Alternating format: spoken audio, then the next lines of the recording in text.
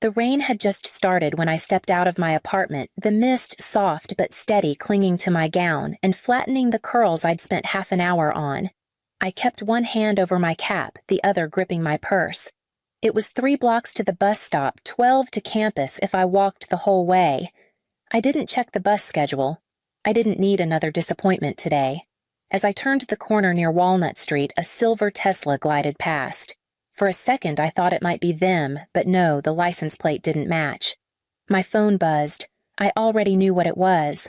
I stopped under a tree and checked the screen, a photo of Caleb in front of his new car, one arm flung over the roof, the other holding up his key fob like a trophy. White exterior, black rims, red bow, caption from Mom.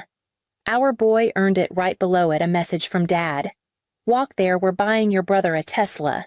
I stood frozen while a jogger brushed past, casting a curious glance at my soaked gown. I didn't feel the cold. I didn't feel much of anything.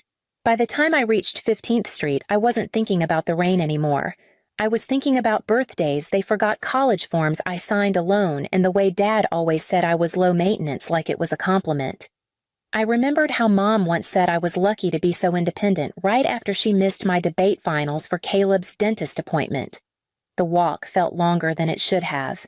Or maybe it just always feels that way when no one's waiting at the finish line. Campus came into view through the fog. Somewhere behind the tall brick buildings, graduates were gathering families, taking pictures, people who had someone driving them there. I kept walking, adjusting the tassel that had already started to droop from the damp.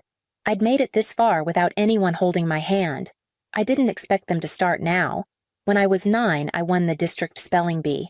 My name was in the school newsletter, and I came home with a trophy almost as tall as my backpack. That same weekend, Caleb scored a goal in his under-6 soccer game, a goal against his own team, but a goal nonetheless. My parents brought cupcakes to his next practice. My trophy gathered dust on the kitchen counter until someone moved it to the garage shelf. They said I was the reliable one, the quiet achiever, the daughter who didn't cause trouble. I used to think that was a good thing. By 13, I understood how it worked. If Caleb brought home a B-, we ordered pizza. If I brought home straight A's, Dad gave a nod. That's what we expect from you, Lena. I started hiding my report cards just to see if anyone would notice. They didn't. On my 16th birthday, I got a recycled shopping bag with a thrift store sweater and a brochure for a used car lot. We'll help you when you're ready, Mom said. When Caleb turned 16, they rented out a rec center, hired a DJ, and handed him keys to a used BMW low-mileage leather seats. Still had that new car smell. I got my first job the following summer, saving every shift to pay insurance on the old Honda I eventually bought myself. Caleb never worked a day in high school. When he started college, they covered tuition rent and a monthly living stipend that exceeded my entire scholarship budget. Still, I told myself it didn't matter. I told myself I was stronger for it, more independent, more capable. That's what people always say, isn't it? That you're resilient when no one shows up for you, that you're mature when you stop asking for help. But even the strongest child gets tired of clapping alone. That thought lingered as I stepped onto campus, wiping the rain from my sleeves. A cluster of students stood under a white tent, laughing with parents who held cameras and coffee cups. I spotted my roommate Noah waving in the distance, but not my parents. 3 weeks before graduation, I called home. The Toyota had started making a hollow knocking sound every time I hit 35, and the mechanic said something vague but expensive about the transmission. I didn't ask them for a new car. I just said carefully I might need help getting to the ceremony. It's across town, and I don't think the car'll make it. There was a pause. I could hear Dad typing in the background. Can't one of your roommates drive you? They're all graduating too, I said. We have to be there early for lineup. We'll figure something out, Mom chimed in. By the way, did we tell you Caleb made Dean's List this semester? I didn't respond right away. Caleb's major was communications. The GPA cutoff for Dean's List there was barely above a C+. He's been working so hard, she added. Honestly, we're thinking about doing something special for him. He's been under so much pressure with fraternity life and everything. I almost laughed, but it came out dry in my throat. The next time I stopped by the house to grab the last box of winter clothes from the basement, I came in through the side door. They didn't hear me. From the kitchen, their voices floated down the hallway. The dealership said they could get it delivered by Friday, Dad said. Just in time. Oh, and we'll park it near the ceremony entrance.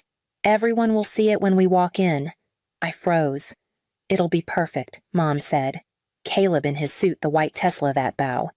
People will think he's the graduate. I didn't realize I'd made a sound until they turned and saw me in the doorway. My father cleared his throat. Hey, Lena, we didn't know you were here. I just nodded. I came for my box. Neither of them mentioned the car. Neither asked if I needed help getting to graduation. As I loaded my things into the trunk, I stared at the peeling bumper the back seat with a tear in the fabric, the rattle that grew louder with each mile. Then I closed the lid and told myself again that I was used to this. Used to showing up alone. Used to not being part of the plan.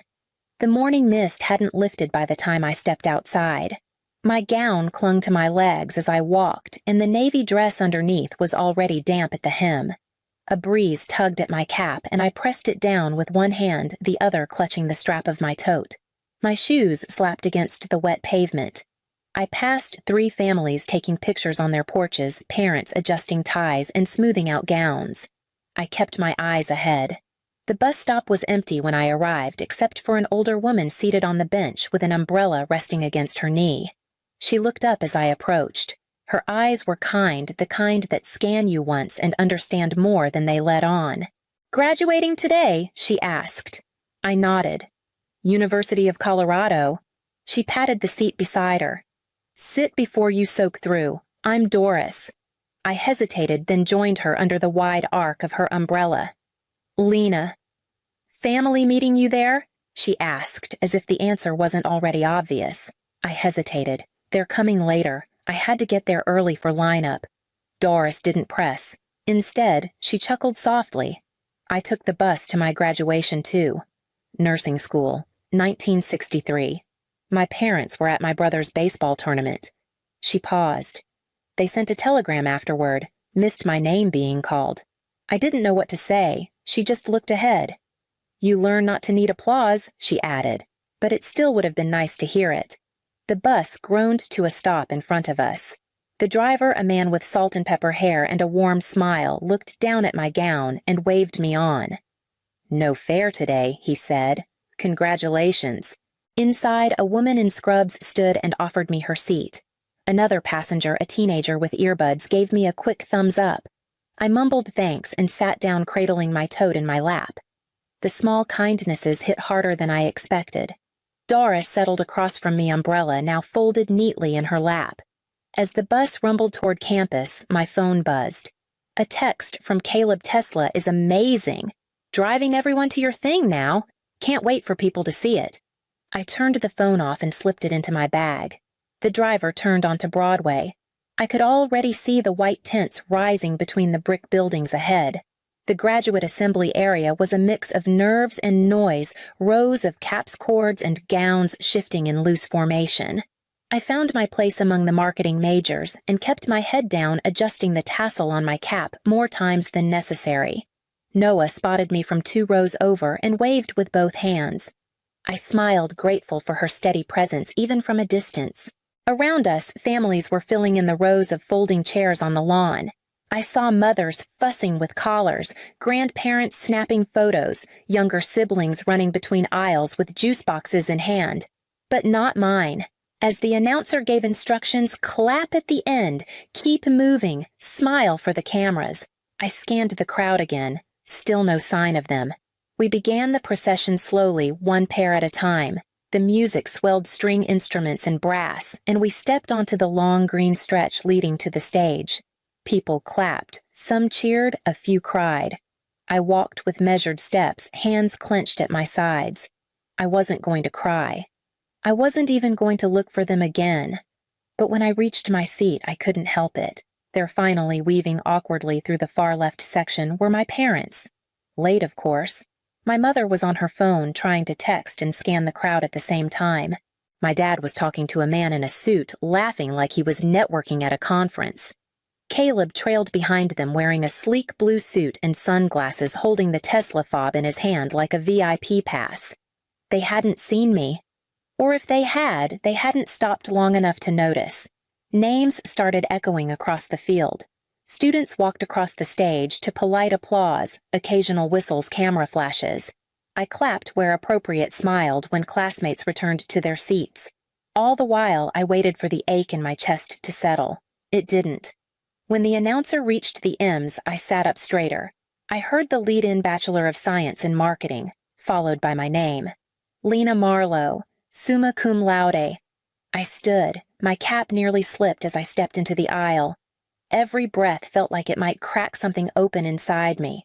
Then, from the very back of the seating area, a sound pierced through the polite murmur of the crowd, sharp, clear, and unmistakably proud. A cheer. Not a small one, not a single voice. A full, joyful yell. I turned my head. At the edge of the crowd near the overflow seating stood June, waving both arms in the air. Noah held up one end of a large yellow banner that read in bold letters, "We see you, Lena." Next to them were Thomas and Kayla from the library clapping like I'd just won the Pulitzer. Kayla had even brought a balloon now bouncing against her shoulder in the wind. I felt the tears immediately hot, fast, unstoppable. Not the kind that sting with sadness. The kind that say, finally. I walked across the stage and shook the dean's hand, gripping the diploma like it was something I'd carved from stone. When I turned back toward the seats, I found them again my people, my real cheering section. And just past them, I saw my parents. Mom was frozen mid-text, staring. Dad had one hand shielding his eyes from the sun, scanning the noise. Caleb stood still, frowning slightly. For once, none of them were the center of attention. And it showed. I walked back to my seat with my head high, my vision still wet, but my back straight.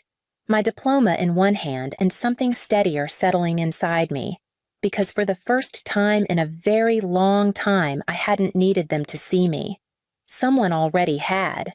The courtyard was swarming families with flowers, professors in heavy robes, cameras flashing like a red carpet. I weaved through the clusters until I spotted June near a tree. The banner now folded neatly under her arm, her other hand wrapped around a paper cup of tea. "You did it," she said, pulling me into a hug. "And you were luminous up there." Before I could reply, I felt a tap on my shoulder. "There you are," Mom said brightly, as if we'd simply lost each other in the crowd. Dad stood behind her, already adjusting the strap on his camera bag. Caleb hovered a few feet away, holding a Tesla key fob and spinning it slowly around his finger. "We need to get some quick pictures by the car," Mom continued. "It's parked in the VIP section, thank God." Caleb had to parallel park, but you should have seen it flawless. She turned, already walking toward the lot. "No," I said. She paused. "What do you mean?" "No, I'm not posing in front of Caleb's Tesla on my graduation day." "Don't be difficult, Lena. It's just a few pictures." "It's never just a few pictures," I said. My voice wasn't loud, but it landed. Dad stopped fiddling with the lens cap. Caleb blinked. "It's every moment like this one where you forget whose day it is, where you turn my achievements into his backdrop." I walked to my own graduation. "You didn't even ask how I was getting here." "You're always so independent," Mom said, her voice tightening. "We thought you preferred that." "No," I said calmly. "You just preferred not to be responsible." Caleb stepped forward. "I didn't ask for the car." "I know," I said. "You didn't have to." Mom opened her mouth again, but another voice cut in. Elena June said, stepping beside me, "Do you remember how your father treated Carol growing up?" Mom's face changed. She was the one who worked quietly, who never demanded attention, and he made her invisible for it. And now here you are doing the same thing to your own daughter. "Mom, this isn't the time," Mom muttered, glancing around at the families nearby. "If not now," when June asked. "You raised 2 children and taught only one that love was guaranteed. The other had to earn it and never quite did." Mom's eyes glistened, but she didn't say a word. Dad just looked at the ground. "I'm going to dinner," I said, turning to Noah, who had been standing a few paces behind me, silent but watchful. With people who wanted to celebrate me, I added my voice steady. "You can't just walk away from your family," Dad called after me. I didn't stop. "Watch me." Noah fell into step beside me, and we started toward the sidewalk. I didn't look back, not until I heard Caleb's voice behind us. So, we're not doing Tesla pics, he asked, genuinely confused. The absurdity hit me all at once, how utterly detached they were from everything real, how even now they couldn't read the moment. I laughed. A short, sharp, startled kind of laugh that surprised even me. It wasn't bitterness. It wasn't joy either. Just something honest breaking loose after years of holding everything in. I kept walking, arm-looped through Noah's, feeling the sound linger behind me like a door closing. They knocked around 10. I almost didn't answer. Noah had offered to stay, but I told her I needed to do this alone. I opened the door to find both of them standing there, Mom still in her heels, Dad holding a takeout bag like an awkward peace offering. "We need to talk," Dad said, stepping inside before I could say yes or no. I let them in. We sat in the living room, the same second-hand couch they'd always turned their noses up at. "We didn't mean to upset you," Mom started, "but your behavior today," I cut her off with a shoebox. I placed it on the coffee table and opened the lid. Inside birthday cards, printed emails, a few faded photos. I pulled out a card from my 16th birthday. No note, just a $20 bill and Dad's initials. I laid it next to a framed photo of Caleb at 16 surrounded by balloons holding keys to a used BMW. Next, my college acceptance letter with no reply. Then, an old bank receipt my account with $142 during sophomore year. I placed it beside a screenshot of Mom's text, just sent Caleb his monthly allowance. He says it's still not enough for gas and groceries. They stared in silence. "I didn't keep these to be petty," I said. I kept them to remind myself I wasn't imagining it. They said nothing. Then a voice from the hallway. "Seriously, Caleb." He stood by the door, having heard enough. He looked at the table, then at me. "I knew it was different," he said quietly. "But I didn't know it was this." Before I could respond, another knock. I opened the door to June, holding a plastic grocery bag and a look that meant business. "I thought you might need backup," she said, stepping inside without waiting. She looked around, saw the evidence laid bare, and nodded. "Well," she said, setting the bag down beside me, "it's about time they looked at the full picture." The apartment was mostly boxes and echoes by the time they arrived. Mom brought sandwiches, Dad brought tape, and Caleb brought silence. We packed in near quiet, broken only by the sound of cardboard folding and drawer handles rattling. It wasn't comfortable, but it wasn't fake either. Maybe that was something. Dad offered to load the heavier things into his SUV. "You sure you want to take that bookshelf?" he asked. "It's pretty beat up." "I built it myself sophomore year," I said. "I'm taking it." He nodded and didn't argue. Caleb lingered near the kitchen. Just before we left, he handed me a small cardboard box. I found this in the basement. Don't know why I kept it. Inside was my science fair medal from 4th grade, the one they missed because of his ear infection. It was still on the frayed red ribbon, the bronze dulled, but intact. "You should have had that," he said, eyes down. "Back then." I didn't say thank you. I just took it and slipped it into my bag. When everything was loaded, we stood awkwardly in the living room. No hugs, no promises, just a vague sense that something had shifted. They left first. June stayed behind to ride with me. As we pulled away from the curb, my phone buzzed. A text from her. "How does it feel to be exactly where you're meant to be?" I looked at the boxes in the back seat, at the cracked spine of my bookshelf, at the small medal in my lap. "Like the beginning," I typed back. Then I hit send and turned toward the road ahead.